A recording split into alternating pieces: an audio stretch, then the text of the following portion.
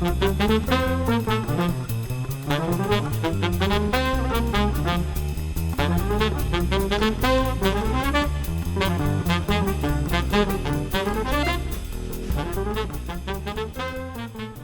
welcome to the Business Brains and the Bottom Line podcast. Another edition here. My name is Paul Delegro, your host, and my guest today is Ryan Sheehy, who is the Cisco Meraki IoT channel lead. That's a mouthful.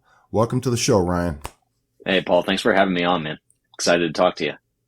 Hey, yeah, same here. We're going to talk about a few different things, and you would think with an introduction of Cisco, it's going to be all technology, but it's not. We're going to surprise a few people. So a little bit of our history. We used to work together at HPE probably 8-9 years ago, I'm guessing, Ryan? Yeah, eight years ago, just probably. A youngster.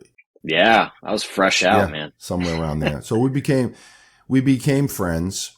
And, you know, obviously with LinkedIn and social media, we keep tabs on each other. But over the last several years, I don't know how many years it's been, you've given in this journey, a health journey to really become fit. And, you know, I'm fairly active myself. I try to exercise a lot and I try to eat pretty well, but you got my attention and you've really taken it to the next level of your fitness. And I was very impressed. So I wanted to have you on the show to discuss, like, you know, what was the genesis? Why did you start doing this? What your personal health journey? You've lost a ton of weight. You're so fit. What started it all?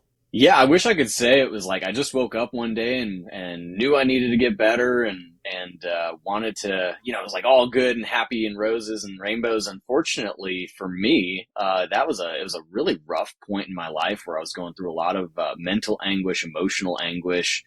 And I was actually sitting with a therapist and we had some conversations prior about food and about my weight and really about my relationship with food specifically. And I ended up having a mental breakdown there in the office with my therapist. Wow. And that's when I knew, like, I'm at rock bottom. Like, it's time to, like, really turn this around and make a change. And so I did. I ended up getting some help from from a large group of people that had gone through these changes and you know, they gave me some guidance on things to get started and I've just been that way ever since. Nice. So at the time, were you married? Do you have children? What was your situation back? Because there's a lot of influences that come into play on this, right? Married. I just had my second kid. We had been going through a pretty rough time with that. Actually ended up having a separation with my wife at that time. So I was separated from my wife and going through a lot of mental anguish as a result of that mental anguish and kind of contributing to it. You know, that's what really led to it. So just had that second kid at my highest weight I'd ever been. The separation spiraled me even more into that because my history was calm it with food, soothe it with food. You know, that's things we learn from our parents. It's things we learn from our grandparents. Yeah. Yeah. And that's pretty typical, Ryan. And that's not unusual, right? I mean, that's pretty typical, comfort eating and just out of nervousness. I mean, I do it, you know, not all the time, but I find myself doing it for sure. Yeah. I mean, we call it comfort food. Yeah. So you come to this point, you know, a lot of issues going on in your life, your personal life, you're with your family, and then you're overweight, you're out of shape. Hopefully I'm putting words in your mouth, but I'm going to kind of take guesses at this one, and you decide I got to do something. So what did you do? So for me, I ended up getting into a couple of different recovery programs. And with that, I ended up finding this group of people that had a different way of living life with food and really kind of gave up. For me, I gave up sugar. I gave up flour. I gave up alcohol. And I had already kind of given up alcohol at that point. It was never really anything I was big into. Right. But I gave up sugar and flour. And then I started weighing and measuring out my food. And that was all it took. I ended up dropping over the next probably 6 or 7 months. I lost somewhere around 70 pounds. Wow. That's a lot of weight. There's one thing to lose 15, 20, but 70 pounds is massive. Because when I knew you were a pretty big guy, you know, and I give you a lot of credit. So how many years ago was that you started the journey? So that was 3.5 years ago. In like 20 days, it'll be about 3.5 years. And I haven't had any added sugar. I've had fruit, which has sugar in it, and we can talk a little bit Yeah. about, the different Natural types of sugars, foods. right? Yeah. But no added sugars, no stevia. I really try to cut back on stevia and additives and all those other things. And I don't do any types of flour. So no almond flour, no chickpea flour. And I just want to throw this caveat out there to everyone that's listening. Is like, whoa, I have to do all that in order to be healthy. No, I've found something that works for me. And this has been something that has really helped me. I think those things, processed foods, processed sugars, reducing them is beneficial to everybody, but do you have to eradicate that? I don't think you have to. Yeah. Those are the obvious ones for sure. Carbs and sugars, or processed carbs and sugars. I do like almond bread. I make my own almond bread with almond flour. It's kind of a keto bread or whatever they call it. And I like that to eat just snacks. Yeah. Just instead of, grabbing a candy bar, I grab a piece of keto bread, almond bread, and I'll munch on it. It's tasty. It beats the alternatives in my mind. I think the biggest thing I learned, because just talking about that, right? It reminded me of a conversation I had with another salesperson today, talking about, oh, I'm being a good boy today with food, and there's no good or bad. Like, I had to learn this. Like, just because I eat that certain way doesn't mean that everyone who doesn't eat that certain way is bad. Just like if someone wants to choose to eat carnivore diet and they feel like that works for them, great. If someone wants to be vegan, great. Let that happen too. That's great. And I think we got to get rid of this emotional tie to good or bad behavior with food. Yeah. Because it just leads to shame cycles, and it leads to poor behavior that can harm us. Yeah, completely agree. So, what were when you started doing this, and we're going to tie this into sales, by the way, for the folks out there. That's kind of the hook here. Because you and I have both been in sales a long time, me a little bit longer than you, unfortunately. But what type of metrics were you using as you were like dropping this weight? What were the goals? In other words, like, weight, body fat, BMI, AC1, A1C levels. What were the metrics you were following about yourself? I kept it really simple. I focused more on the input than I did on the output. I did weigh myself, for the first month, I weighed every week. And then for the next 5 or 6 months, I weighed once a month. And then as I started to get back towards what I felt was the right weight for me, I started going back to weekly weighing just to make sure I was having what I would call a soft landing. So I didn't overshoot that and get too skinny or undernourished. Yeah.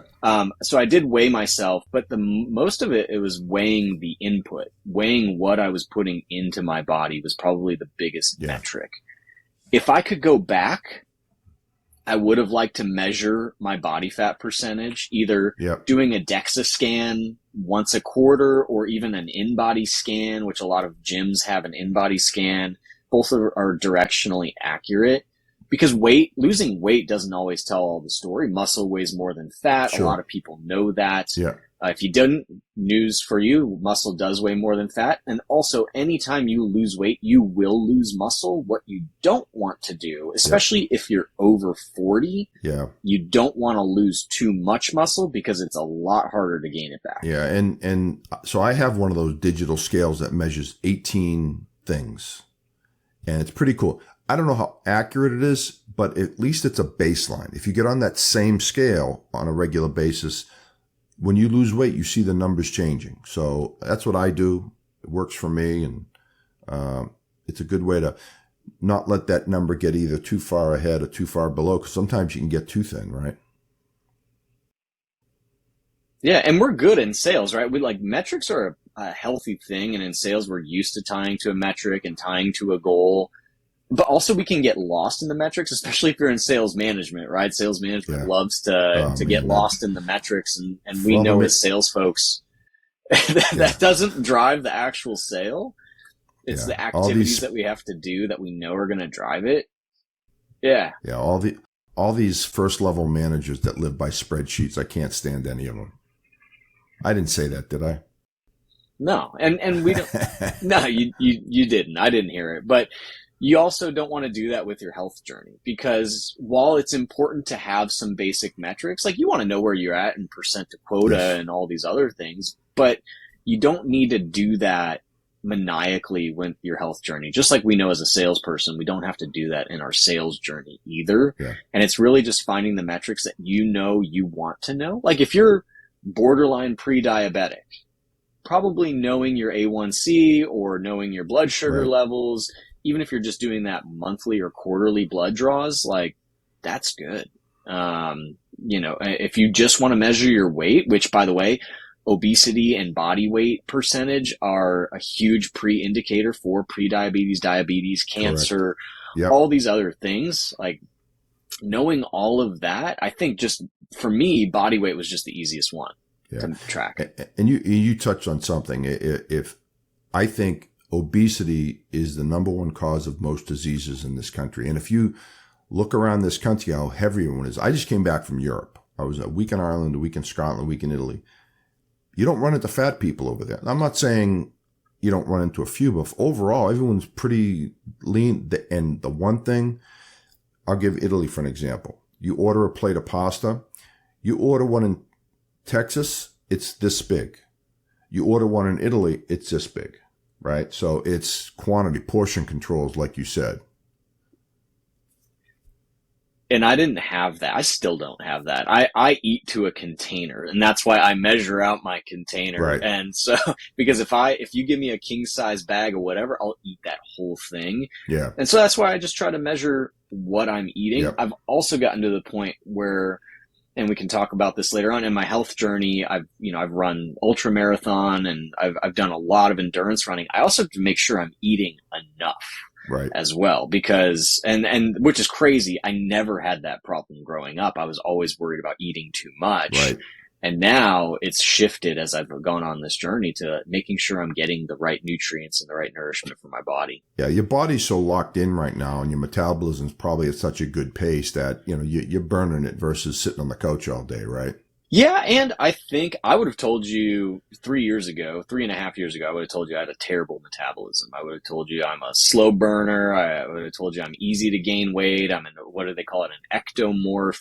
Like 100% would have told you all that. And I don't know that that's not true, but what I do know is I think that's a lie that we will like to tell ourselves, that is kind of like a defeatist mentality of like, oh, well, I'm just destined to this. And I think for people listening at home, like, you're not. Yeah. I can't do it. And these are the excuses why. I told myself if I got to 170, I was 210 at my highest weigh in.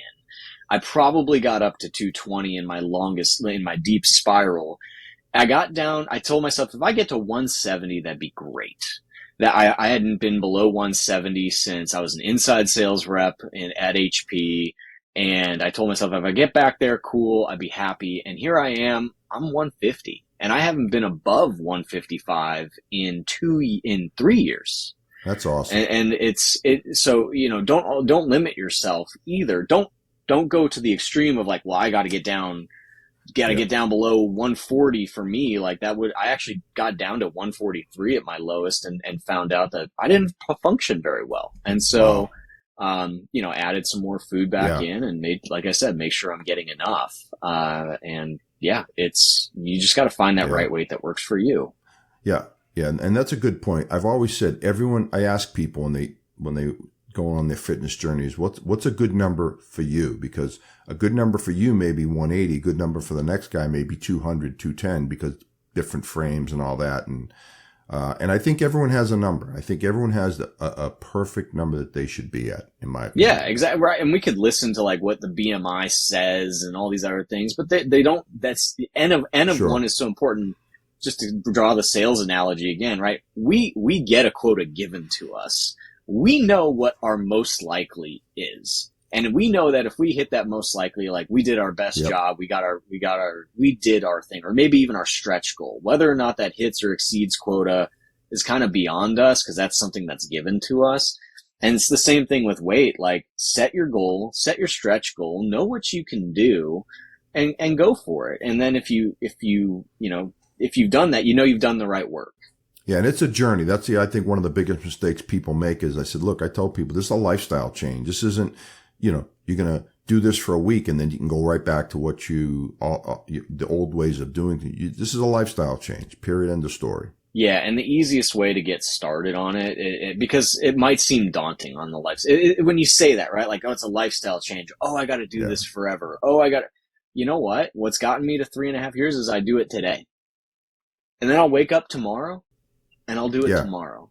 I don't have to worry about 5 years from now. Yeah. And if you do go out and have a couple of beers, or if you do have that piece of chocolate cake or something, don't worry about it. Like you said, start again tomorrow. Or start right after that chocolate bar. Like, we're 2 days removed from 4th of July. Guarantee people went out, had a couple drinks, enjoyed a nice barbecue or whatever. Maybe they overindulged. It's an American holiday. It's such a common thing for Americans to do, and that's totally fine. You know what? You wake up that next day and you say, all right, that's yesterday. I'm going to put it in my past. I don't feel great today, but I'm not going to let that make a decision for me on how I'm going to show up today. I'm just going to show up today doing my right thing. Cool. All right. So I want to pivot here a little bit, Ryan. Sales. Yeah. We've both been in sales a long time. It's a very stressful job, right? Like you said, with quotas and pressure and all that. How has the health situation, your health journey, helped you and assisted you in your sales journey? Yeah. So, as we eat better and perform better, we start to perform better. We start to get more mental clarity. We start to get more focused. We get more ability to go longer. Those long days that we have, they're not as draining as they were before. You get done with the day and you're not as wasted to go spend time with your family.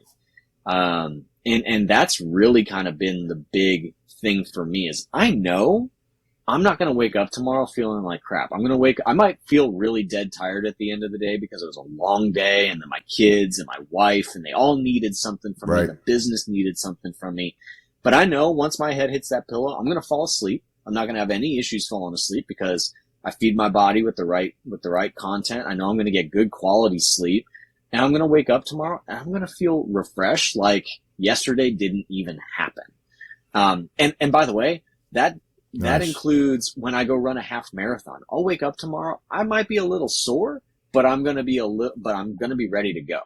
And so, that's where this is going to help a lot of salespeople is like, we are athletes. We are athletic. We're competing in an arena. We're doing hard things that not everyone wants to do.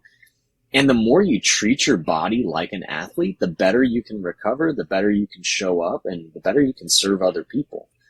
And you're going to be able to out-hustle your competition when you do that. Yeah. So another aspect of this is the visual effect. And what I mean by that is you walk into a meeting, right? And I think it changes even as you get older. Like, I'm older than you. I think when someone walks into a room and looks fit, I'm not saying you have to be all muscle and 2% body fat. I'm saying you walk into a room, you meet a prospective client for the first time, and you look fit. I think that has a big impression on the customer, like, hey, this person has it together. Versus the opposite, right? Someone comes in that's really out of shape. And again, not that I'm not passing judgment that they're bad people or anything. That's not what I'm saying here. I'm just saying first impressions. What's your take on that? Because I think that's a big part of sales is impressions, right? I mean, it's any psychologist or sociologist will tell you that. Yeah, we're diving into human psychology here, and I read a study one time that talked about how you could predict presidential elections by just selecting or senator elections or House of House of Congress elections just by picking the more attractive looking person. And we don't have to go into the subjectiveness of attraction, but a lot of people do associate being fit with being attractive. I would say I look a lot better than I did 70 pounds ago. And so you are absolutely hitting the nail on the head. People are more likely to take that call. They're more likely to trust you quicker. They're more likely to give you more information if you look a certain way. And neither right or wrong. That's just how humans operate. That doesn't negate the fact that you might be an overweight seller and be super awesome in what you do. It's just, it's just a different thing. I also want to caveat that with human nature. Be you. Yeah, just be you. Be authentically you. But yeah, it certainly helps to have lost weight and be in good shape. It definitely plays a psychological element. So as a disclaimer, Ryan, I'm not fat shaming anyone, because you know how in this woke country we live in, about you say something and people are trying to cancel you. I'm not saying that. I have a lot of friends that fit in that category. They're great people, but human nature is human nature. You can't. So an interesting statistic. I don't know if you know this one. There has never been a president under 6 feet tall. I didn't know that, but I kind of knew that. Yeah, it makes a lot of sense. A lot of them are over 6'3", I think, even. So. Yeah. Height is stature, right? I mean, it's just that, again, sociologically, you meet someone that's tall, they're impressive immediately. Now, they may screw it up after you meet them, but just initially, human nature is height gains respect, period. And that there's no getting around that, initially. Yeah. And I wasn't blessed with that. Yeah, and I wasn't blessed with the height thing. I'm 5'8". Like I'm screwed in that department. Yeah, but, you're never going to be president, Ryan. You do get a choice. Like that's something you don't have. Yeah. No, I'm never going to be. I am left-handed, so I got. A lot of lefty presidents, though. There are. No, I don't meet the height requirement to be a lot of lefty. That's it. Yeah. But I just a kind of trivial fact that there's never been. I found that interesting. There's never been a president under 6 feet, which kind of surprises me. I was never knew that. So, but okay. So let's get back. Yeah, especially since it's a very small percentage of the population over. Yeah, there's only there's only been 50 something presidents in our country's history, so not many of them. But there'll be one soon. Especially, most likely if it's a woman, very few women are over 6 feet. There are a few, but chances are, that person will be under 6 feet. So, and that's coming too. We'll have our first woman president, 100%. In our lifetime, I think. But so, we kind of had some fun with a few different useless tidbits, but we're talking about the effect of being healthy in a sales environment. And like you said, I think if you're feeling good, looking good, have energy level, it's going to affect your performance in the field. 100%. It can't not, right? Because you're waking up more rested, you've got more energy throughout the day. And there's a lot of linking between body fat percentage and ability to focus. Also, creativity tends to go up. And we have to think creatively. We have to think critically to be able to better serve our customers. And the more that we have that freedom to do so, the better off we are. And that allows us to outperform our competition. That allows us to better think about our customer needs in a different way. Sure. And the more mental clarity you have, which again is very closely linked to our body fat percentage and our weight, if we have that mental clarity, then we are better able to meet those objectives and do those things. I like it. Well, you got me motivated today. Not that I needed much motivation, because I consider myself, pretty fit, doing a lot of the things, but you got me motivated to take it to the next level, Ryan. So I'll keep you posted on my journey. Definitely. And for those that are out there listening and are like, well, where do I start? Right? I mean, the starting is get aware of what you're doing today. Yeah. I mean, for years, I kind of knew, but I didn't really know. It's until it's like right in your face of how you're actually behaving and what types of foods you're consuming. Yeah. Yeah. You have to wake up one day and start writing it down and start taking pictures of your food, or start journaling about what you're doing with your food. Get aware.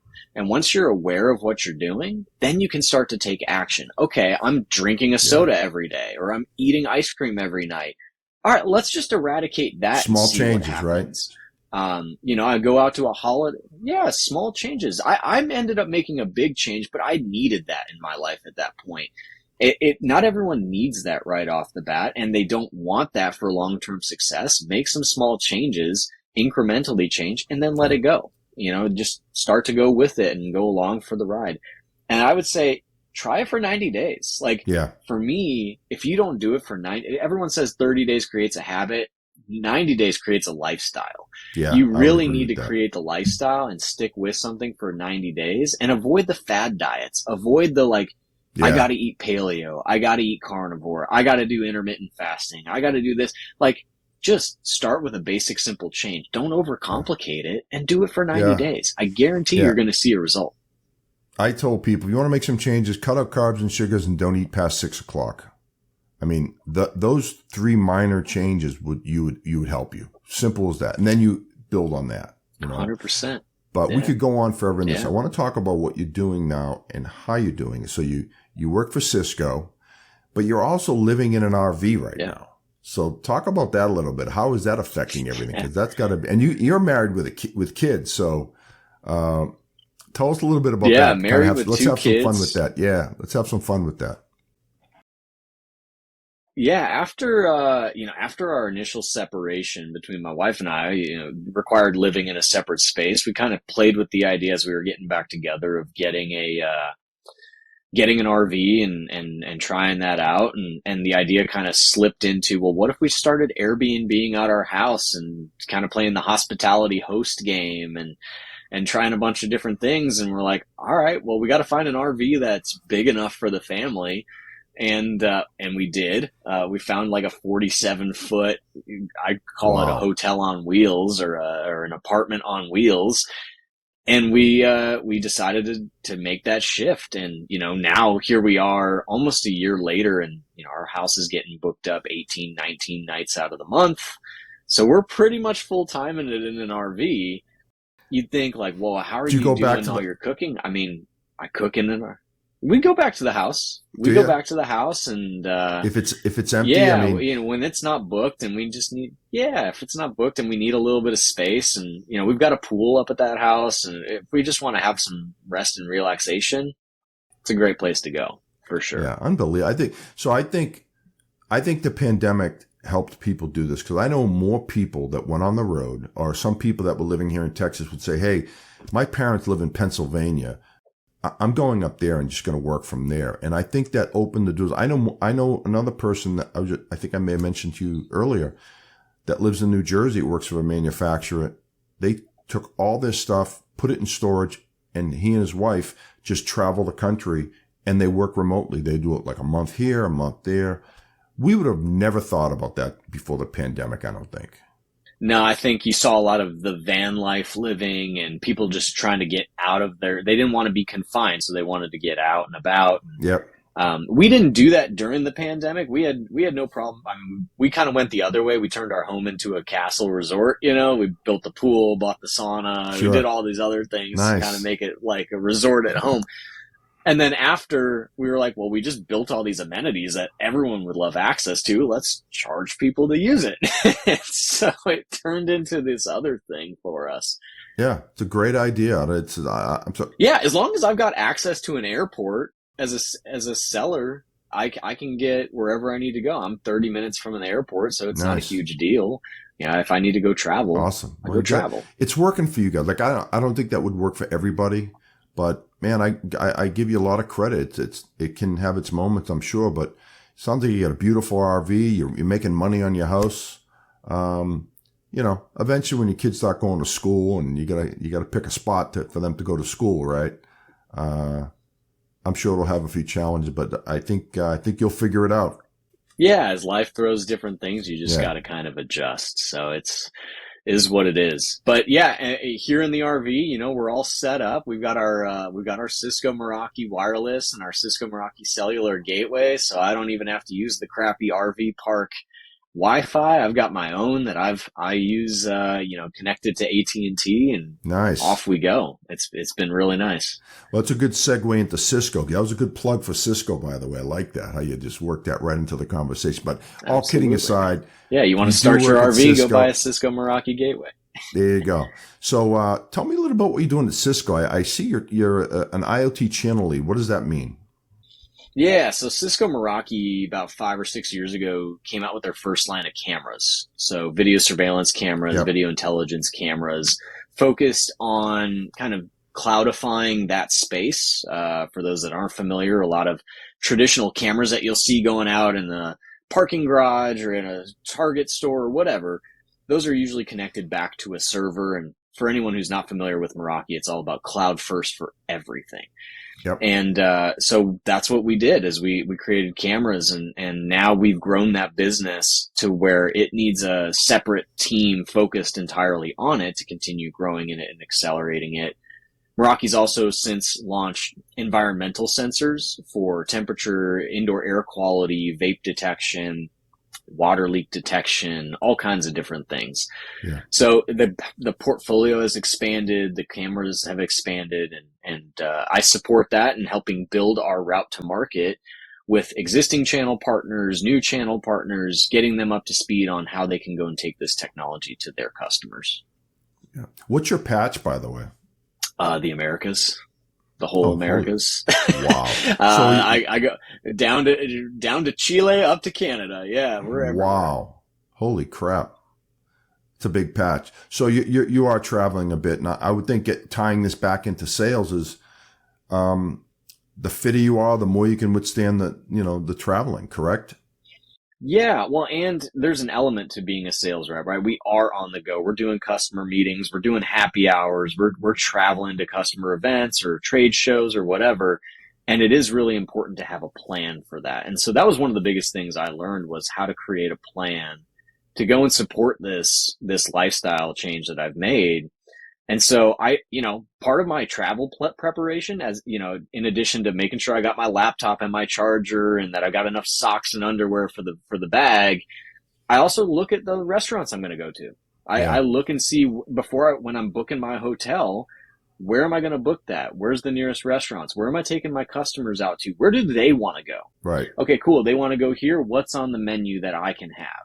If there's nothing there, then I'll figure out a way to eat before or after that meal and have a nice glass of sparkling water or whatever with them. Yeah. And some people might think that's weird, but I'm like, it ends up not being weird. It ends up being a really fun conversation starter and a way to build a really unique relationship built in honesty and truth with the customer base. Yeah, no, I think so. With all this, travel has become a lot easier. Yeah. Yeah, no, I think people would respect you when they see the results, right? I mean, people are always wanting to get more fit, and so they see the results that you have and what you're doing to get there. I can't see how anyone wouldn't respect that. Right? Yeah, you don't go. I was just listening to someone else talk about this the other day. Very rarely in this country are we actually like looking at someone and going, whoa, that works. Maybe I should try that. But you don't see a lot of people detracting from it. But yeah, you'd think like they see that and they go, well, that might be weird, but it clearly works. So it's just different. It's just different from what a lot of people are used to. Awesome. Well, Ryan, we've touched on a lot of subjects today. Our time at HP, sales, health. We really want to focus on sales today. I think you've shared a lot of great information. And if someone wanted to reach out with you, just have a conversation, maybe exchange a couple of text messages, how would they do that? Yeah, reach out to me on LinkedIn. That's the easiest way to get a hold of me. Just hit me up at on Ryan Sheehy on LinkedIn. You can do the search. I should pop up.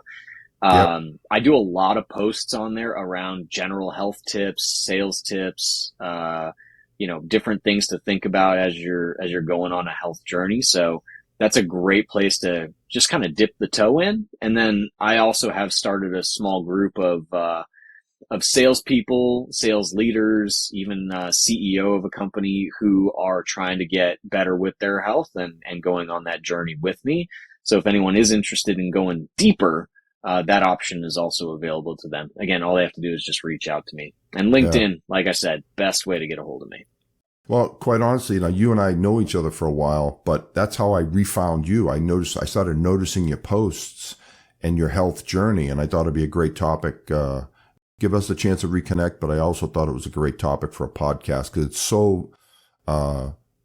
such a big issue today for everybody. Mental and physical health. Absolutely. I think we all struggle with it, and in one way, shape, or another. And even with the journey I've been on, there's still things I struggle with. There's still that emotional or mental health piece that has to continually be worked on. And it's a daily thing. And I think having people in your corner that want to see you succeed is so important in all of this. Agreed. And hopefully I can be that for those that are out there. Awesome. Well, I think we'll kind of wrap it up on that note, Ryan. I think we've touched a lot of subjects today, and I really appreciate you coming on the show. And when you're up in Dallas again, you got to look me up. We got to grab lunch. I'll be out there in September. Let's do it. Let's do it. Yeah, absolutely. So, well, hey, that's a wrap for the Business Brains and the Bottom Line with my guest Ryan Sheehy. Until next time.